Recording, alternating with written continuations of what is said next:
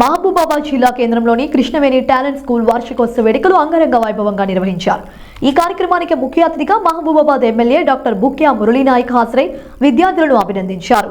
ఈ సందర్భంగా పాఠశాలలో 10వ తరగతి పూర్తి చేసిన విద్యార్థుల వీడ్కోలు సందర్భంగా వారికి ఆయన పలు సలహాలు, సూచనలు అందించారు.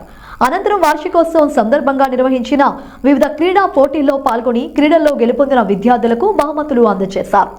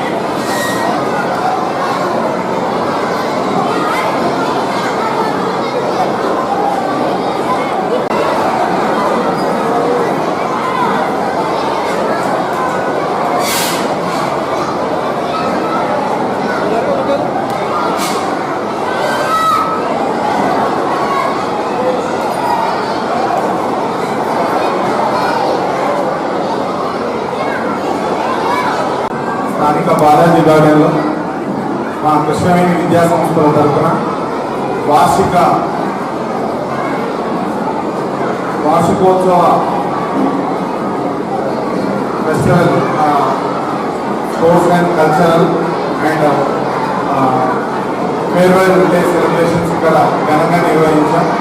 ఈ కార్యక్రమంలో భాగంగా ముఖ్యంగా విద్యార్థులకు జూన్ నుంచి మొదలుకొని ఈరోజు మార్చి వరకు వివిధ ఆస్పెక్ట్స్లో వాళ్ళకు నిర్వహించినటువంటి వివిధ రకాలైనటువంటి యాక్టివిటీస్లో విన్నర్స్గా గెలుపొందినటువంటి విద్యార్థులకు బహుమతులు ప్రదానం చేయడం జరిగింది. ఎందుకంటే మా పాఠశాలలో విద్యతో పాటు అన్ని రంగాల్లో విద్యార్థిని సర్వతోముఖాభివృద్ధిగా కృషి చేయాలనేటువంటి తలంపుతో ఆల్ ఆస్పెక్ట్స్లో విద్యార్థుల్లో ఉన్నటువంటి దాగి ఉన్న సృజనాత్మకతను బయటకు తీసి వాళ్ళకు ప్రోత్సహించడం కోసం యాన్యువల్ ఫెస్టివల్లో వాళ్ళను పార్టిసిపేట్ చేయడం జరుగుతూ ఉంది. ఈ కార్యక్రమానికి ముఖ్య అతిథిగా విచ్చేసినటువంటి డాక్టర్ మురళీనాయక్ స్థానిక ఎమ్మెల్యే గారికి ప్రత్యేక ధన్యవాదాలు తెలియజేస్తున్నాం.